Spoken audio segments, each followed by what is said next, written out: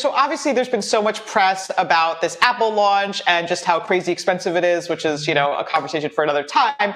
But, even though people are throwing around the use of the word metaverse, it's very unclear what this means for Web3, if anything. So I think what's interesting here is that there's kind of like two different uses of this term metaverse. I think, there's what the kind of Web3 industry and the crypto industry, they think metaverse is a crypto thing. And I think most of the general public just think of metaverse as kind of virtual reality and it has nothing to do with crypto at all. And Apple's announcement, Apple's launch basically seems to fit more into the latter category. Like this, at least on the surface, is not a Web3 thing. It's not a crypto thing. Now, the part about this that's really interesting is that in the past, Apple has been heavily criticized for being very unfriendly to crypto.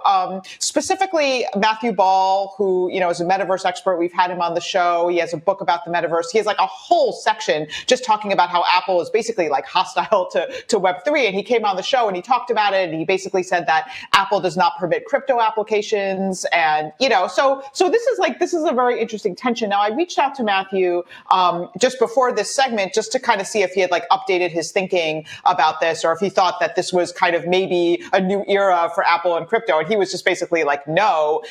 He said we can sort of see his comment here. He said, I expect the Vision Pro to be similar to, if not more restrictive than iOS.